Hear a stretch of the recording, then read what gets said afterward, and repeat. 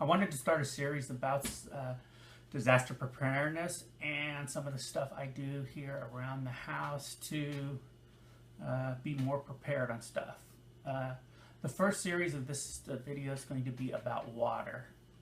We're going to talk a little bit about storage of water, how you can do rain catchment, where you can find water in your house if something does happen, earthquake, disaster, someplace where you have to stay here in your house and you need to have water. We'll talk a little bit about water storage and how much you're actually going to need if something does go bad and you cannot get to the store to have water. If you're like me and you live in a typical tract house, the first thing you're going to have to do in a disaster situation is turn off your main supplies to the house. On the side of my house here, I have a water meter at the house, and then a main shutoff valve here. What you want to do is turn off your main shutoff valve. Let me show you that.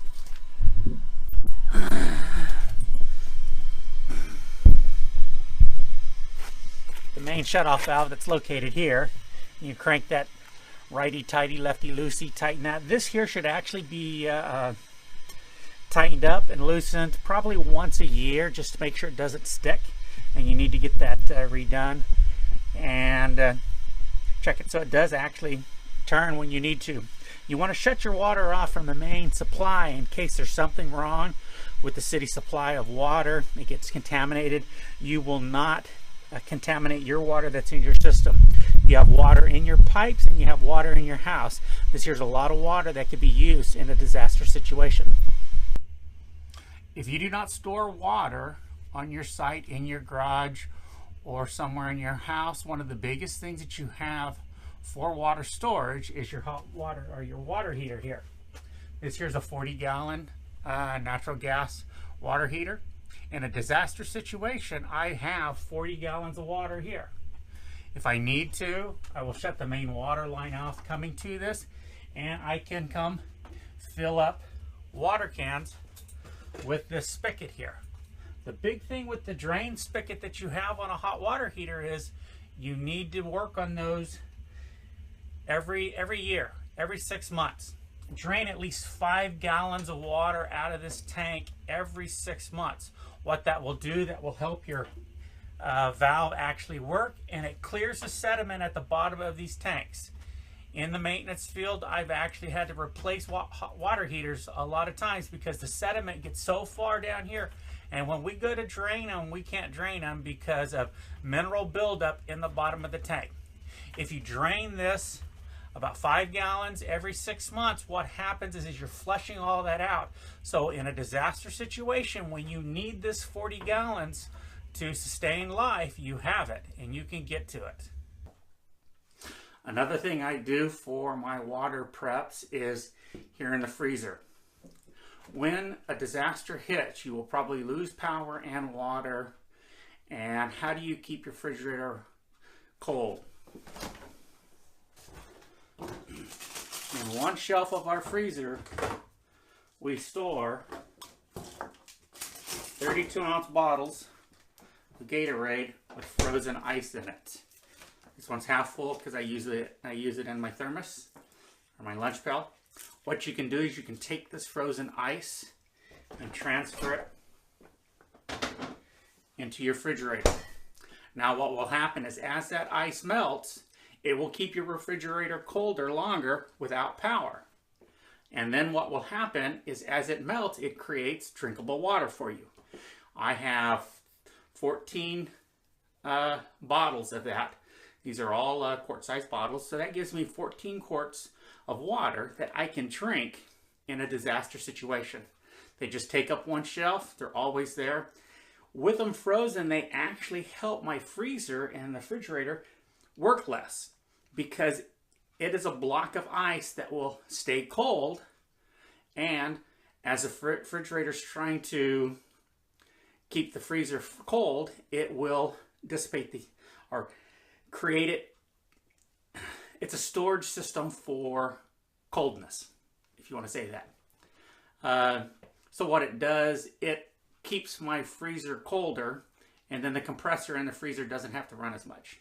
But it's just one other way to actually store water, to where in a disaster situation, I know I have quarts of water in my freezer I can drink and access once it starts melting, and I have drinkable and potable water to drink. In both vehicles, we keep a gallon of water at all times. I use it into a water jug like this. It's a plastic water jug you can get for about $10 at any sports store. I can put a link. This here is called Life Stack.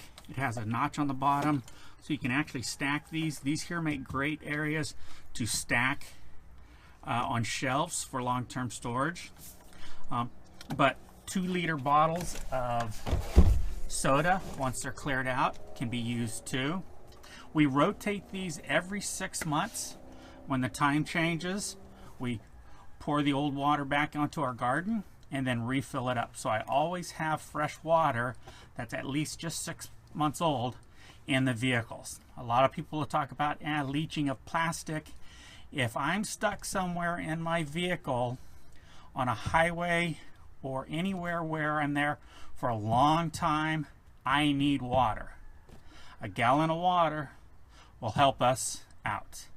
The water's also for the food supplies we have in here and the stove. We can purify water here, and we can use it to cook if we have to stay somewhere, get stuck in the snow, stuck in the desert, stuck somewhere. I have at least a gallon of water that I can live on and carry it with me in our bag that we have here that we can carry. So always remember, at least carry some kind of water in your vehicle too. In my backyard, I have a couple of different ways that I actually catch rainwater. I've got 55-gallon drums that I've actually hooked up to the gutters. I have a filtering system up in the gutter itself that filters big debris from the trees around here out, and then it fills into that bucket itself. You have to remember, this water here is coming off as watershed off your roofs, and it is not potable. I can use it to water all my plants out here. If it comes down to where I need it as drinkable, I will run it through a filtering system, or I'll boil it just to get rid of any bacteria that's actually into it. It does stay in the blue barrels. The blue barrels will not let that much algae grow into it, but it is water storage that I have now. So I have 55-gallon drums here that I could use for any situation of watering my garden, or if I needed to cook with it, drink it, or anything in a disaster situation. Here at the other side of the house, I have 2 different types of rain catchment that I'm doing. I have another one of these 55-gallon drums, and then over here I have 4 35-gallon drums that I have hooked up with a 2-inch pipe that'll tie up onto the drain. Right now I have the 55-gallon setup. These here I leave as long-term storage, and I do treat these with bleach. I pour in about a 1/4 cup through all 3 of them, so I just divide it in 4. So I keep bleach in these, and these here are usually long-term storage. Over here on the far side of the backyard is where we keep most of our rain storage. What I have is 2 300-gallon IBC totes that I've set up. These here are all set up with a piping system to where I can actually pump water along the fence line and water my plants along the fence side in the back of the backyard. This here will hold a little over 600 gallons of water.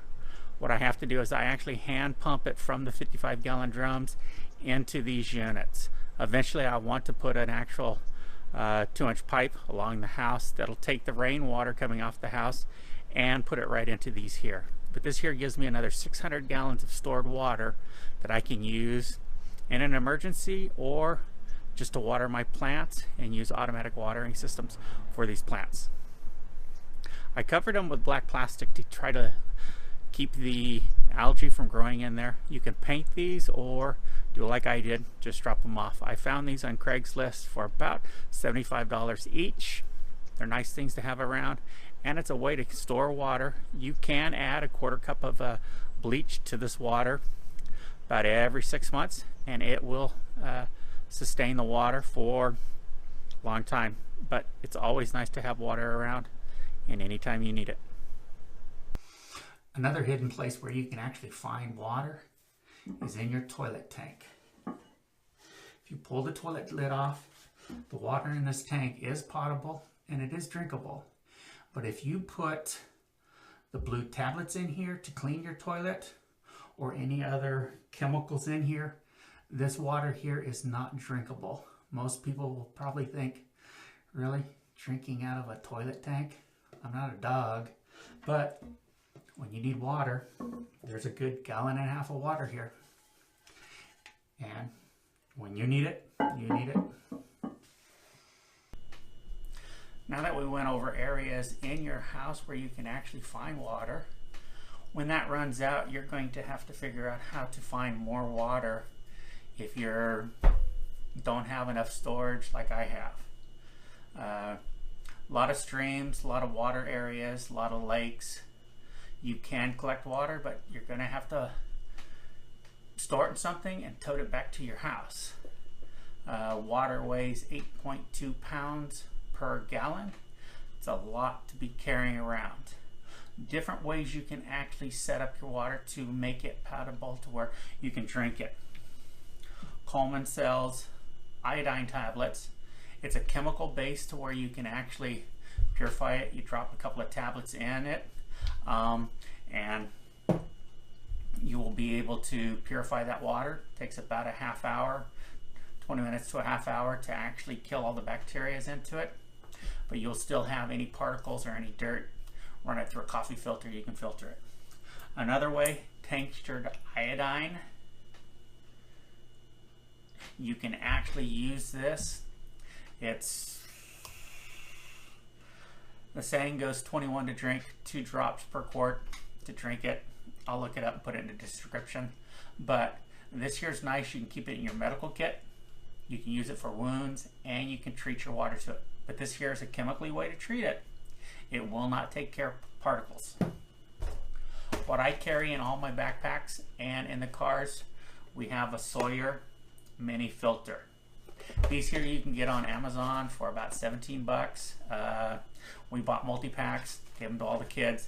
This is nice because it has holes into it to where you can actually inline it in a filter of a bag of some sort and drink it straight. It has a screw filter on the back here that actually fit on any 2-liter bottle. You can flip this up. It's a gravity fed, takes no electricity, no power. This here will actually filter up to about 10,000 gallons. What does this say? This is 100,000 gallons of water. It's nice to have if you need to filter it. We keep one in all the cars and every bag we have.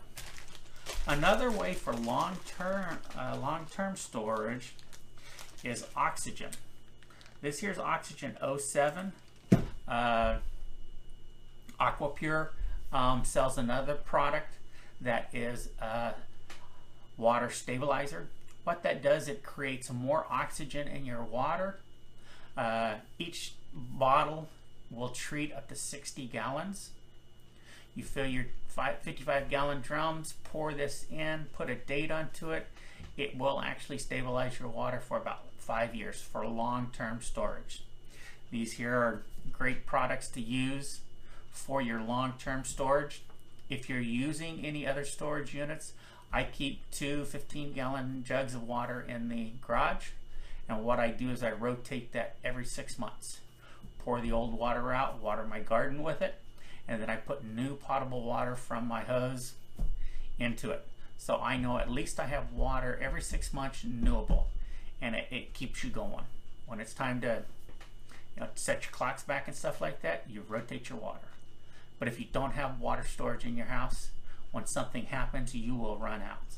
If it comes down to where you just bought 10 cases of bottled water and you put them in a closet and then you start rotating it, because a lot of people will drink water, pull one from the bottom, buy another one. Now you're rotating and you have a stockage of at least 10 cases of water for any situation you might need.